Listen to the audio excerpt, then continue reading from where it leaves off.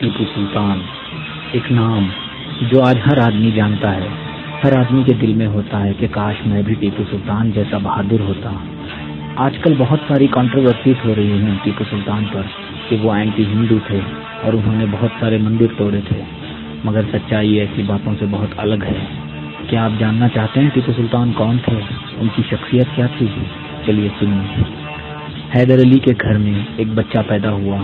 سن 1750 نومبر 10 تاریخ کو جمعے کا دن تھا۔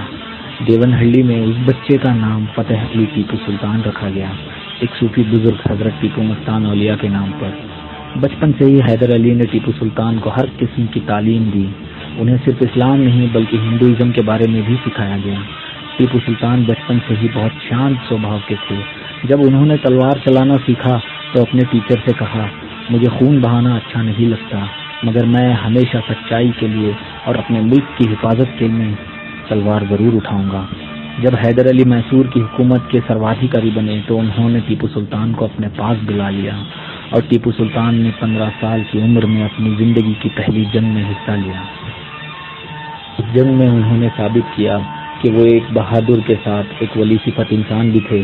ٹیپو سلطان نے ہارے ہوئے بالم کے راجا اور اس کی فیملی کو رہا کروایا۔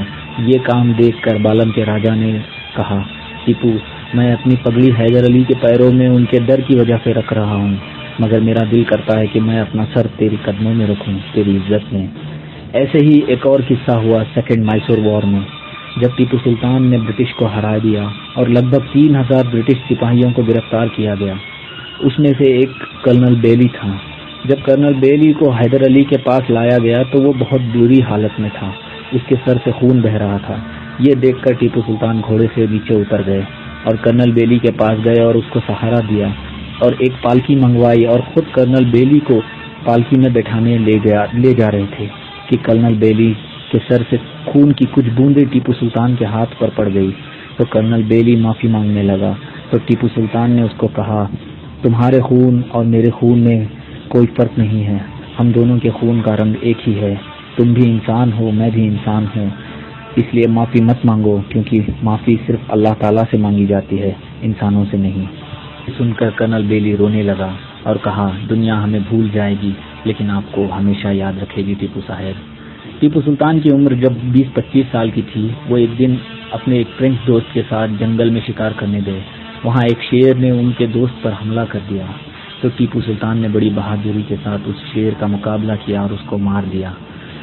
اس بات کو دیکھنے کے بعد ان کے دوست نے ان کو میسور کے شیر کا لقب دیا، ٹائیگر آف میسور کے نام سے ان کو پکارا جانے لگا اور انہوں نے شیر کو اپنی حکومت کا سمبل بھی بنایا۔ جب حیدر علی کا انتقال ہوا تو ٹیپو سلطان کو میسور کا سلطان بنایا گیا۔ جب ان کی تاج پوشی ہوئی تب انہوں نے اپنے دربار میں کہا، اے درباریوں، میں ایک معمولی انسان ہوں، میری طاقت، عزت، حکومت سب اللہ تعالیٰ کے ہاتھ ہے، ہماری زندگیوں کا کوئی بھروسہ نہیں، اس لیے جب تک میں زندہ ہوں میری سانس میرے ملک میں بسنے والوں ہر انسان کے لیے چلے گی۔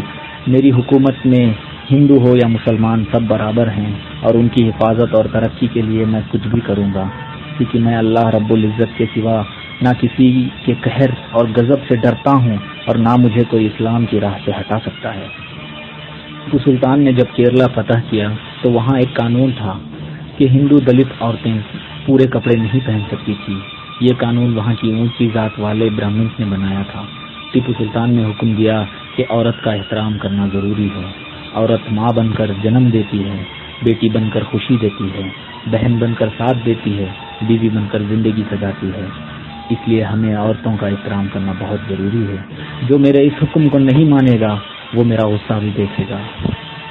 جب تھرڈ میسور وار میں ٹیپو سلطان کو غداری سے انگریزوں نے ہرایا تو ٹیپو سلطان نے اپنے 2 چھوٹے بچوں کو تک گروی رکھا اس دیش کے لیے۔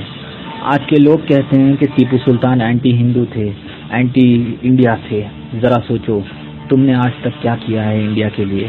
اگر ٹیپو سلطان چاہتے تو ایزیلی انگریزوں کے ساتھ ہاتھ ملا سکتے تھے، لیکن وہ جانتے تھے کہ انگریز ایک غدار اور دھوکے باز قوم ہے جو صرف یہاں انڈیا کو لوٹنے کے لیے آئی ہے، اور انگریز بھی جانتے تھے کہ جب تک ٹیپو سلطان زندہ ہیں ہندوستان پر انگریزوں کا قبضہ نہیں ہو سکتا۔ ٹیپو سلطان نے دنیا کی پہلی راکٹ سسٹم بنوائی تھی جو میسائل کی طرح دشمنوں پر گرائی جاتی تھی۔ ٹیپو سلطان نے رام نگرم میں ریشم کا ویاپار شروع کروایا. ٹیپو سلطان نے بنگلور کا لال باغ گارڈن بنوایا. جب شرنگیری مٹھ کو مراٹھا آرمی نے لوٹا تھا تو وہاں کے مہاگرو سوامی سچیدانند بھارتی جی نے ٹیپو سلطان سے مدد مانگی تو ٹیپو سلطان نے فوراً مدد بھیجی اور لیٹر میں لکھا، جن لوگوں نے ایسی پاک جگہ کو لوٹا ہے اللہ ان لوگوں پر ضرور قہر اتارے گا. ٹیپو سلطان نے اپنی زندگی میں بہت ساری مندروں کو بنوایا اور حفاظت بھی کی. ان کا ایک لائیو ایگزامپل ہے شری رنگا پٹنہ میں ٹیپو سلطان کے پیلس سے تھوڑی ہی دور پر شری رنگناتھ سوامی کا مندر. ایک بار ایک مولوی صاحب نے ٹیپو سلطان سے کہا، آپ مسلمان ہیں اور آپ کے محل کے نزدیک ایک مندر؟ تو ٹیپو سلطان نے کہا، میں اس مندر کی چھاؤں میں کھیل کر بڑا ہوا ہوں. وہ مندر میرے لیے اتنا ہی پاک ہے جتنا ایک مسجد ہے. اور اللہ نے قرآن میں کہا ہے کہ جنت کے باغ میں کئی قسم کے پھول ہیں لیکن سب کی خوشبو ایک ہے. ویسے ہی ہمارے دھرم الگ ہیں مگر ہمارا خدا ایک ہے. ٹیپو سلطان ایک پنج گانا نمازی تھے. انہوں نے اپنی پوری زندگی میں کبھی تہجد نماز بھی قضا نہیں کی تھی. جب ٹیپو سلطان نے مسجد اعلیٰ کی تعمیر کروائی تو ان کے استاد محترم نے ایک شرط رکھی کہ اس مسجد کی پہلی امامت وہی کرے گا جس نے آج تک تہجد نماز بھی قضا نہ کی ہو. کوئی بھی امامت کرنے کے لیے آگے نہیں آیا. تب حضرت ٹیپو سلطان خود آگے بڑھے اور اپنے استاد سے کہا کہ آج آپ نے میرا راز پوری دنیا کے سامنے ظاہر کر دیا. یہ کہہ کر حضرت ٹیپو سلطان نے مسجد اعلیٰ کی پہلی امامت کی. ٹیپو سلطان ہمیشہ مسجد کے سائڈ ڈور سے اندر داخل ہوا کرتے تھے نماز کے لیے. کسی نے اس کی وجہ پوچھی تو انہوں نے کہا، اگر میں مسجد کے مین ڈور سے اندر گیا تو ہو سکتا ہے کوئی مجھے دیکھ کر میرے احترام میں کھڑا ہو جائے. یہ غلط ہوگا کیونکہ اللہ کے گھر میں ہم سب برابر ہیں، اس لیے میں ہمیشہ سائڈ ڈور سے یعنی بازو کے ڈور سے داخل ہوتا ہوں. ٹیپو سلطان ہمیشہ فجر کی نماز ادا کرنے کے لیے پیدل اکیلے نکل جایا کرتے تھے. تو ایک بار ان کے سپاہیوں نے کہا، حضور آپ اکیلے نہ جایا کیجیے، ہمیں حکم دیجیے، ہم آپ کے ساتھ چلیں گے. تو حضرت ٹیپو سلطان نے جواب دیا، جب میں اذان سن کر نماز کے لیے نکلتا ہوں تو اس وقت مجھے اپنی جان کی فکر نہیں ہوتی، کیونکہ جس رب نے مجھے نماز کے لیے بلایا ہے وہی میری حفاظت کرے گا. جب انگریزوں نے دیکھا کہ تھرڈ میسور وار کے بعد بھی ٹیپو سلطان نہیں جھکے اور میسور پہلے سے زیادہ خوشحال اور ترقی کرنے لگا تو انگریزوں نے ٹیپو سلطان کو ہٹانے کا فیصلہ کر لیا. انگریز جانتے تھے کہ وہ ٹیپو سلطان کو نہیں ہرا سکتے تو انہوں نے مراٹھا اور حیدرآباد کے نظاموں کے ساتھ مل کے پھر سے میسور پر حملہ کیا. یہ فورتھ میسور وار وہ جنگ تھی جس نے انڈیا کی پوری ہسٹری بدل دی، کیونکہ ہندوستان کی آخری ڈیفنس تھے ٹیپو سلطان. جب جنگ شروع ہوئی تو بہت لوگوں نے ٹیپو سلطان کو دھوکہ دیا، جیسے میر صادق، میر ندیم، پورنیا پنڈت. اور وہ 4 مئی کا دن تھا. فجر کی نماز پڑھنے کے بعد ٹیپو سلطان اپنی فوج کے پریپریشنز دیکھنے نکل گئے. ان کے ساتھ کچھ 10-12 خاص سپاہی تھے اور ان کا ایک خاص غلام راجہ خان بھی تھا. ٹیپو سلطان بہت بے چین تھے اس دن، ایسا جیسے وہ کسی کا انتظار کر رہے ہیں. جب ظہر کی نماز ادا کرنے کا وقت ہوا تو انہوں نے ظہر کی نماز ادا کی اور راجہ خان نے ان سے کہا، حضور آپ نے صبح سے کچھ نہیں کھایا، آپ کچھ کھا لیجئے. تو سلطان نے کہا، ٹھیک ہے لگاؤ.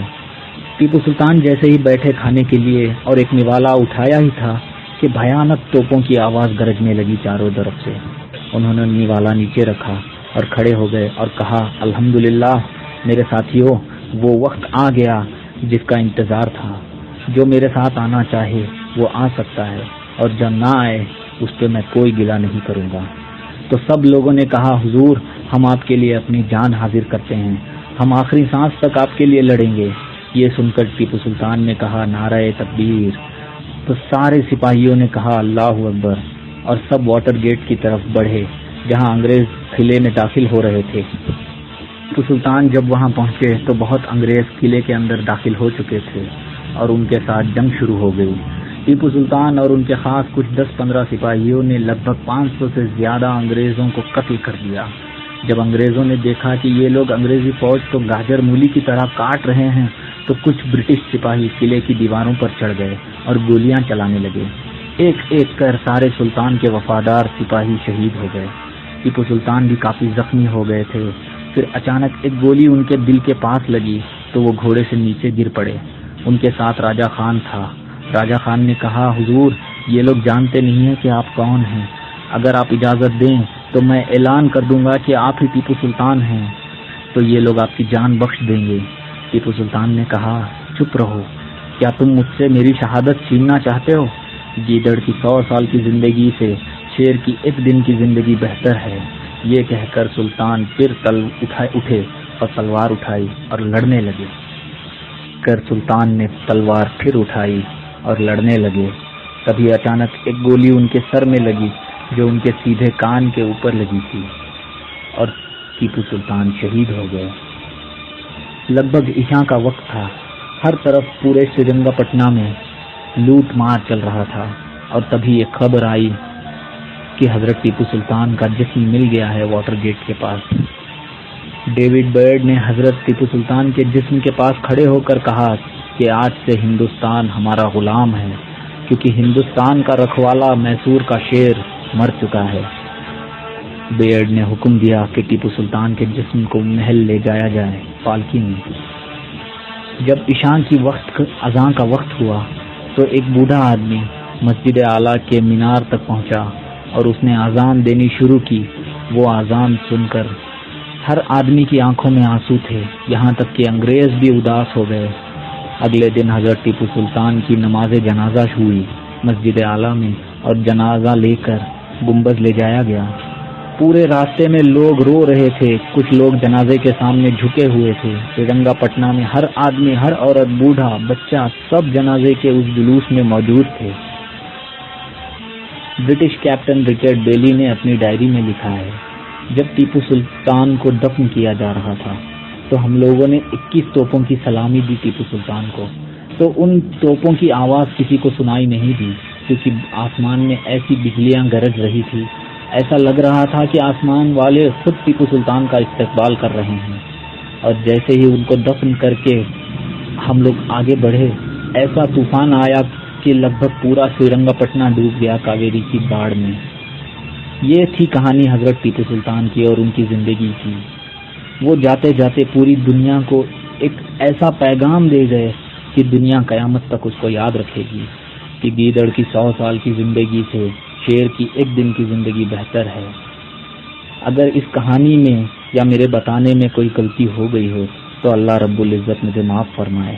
میرا نام شفیق احمد خان ہے، میں ایک عاشق حضرت ٹیپو سلطان ہوں۔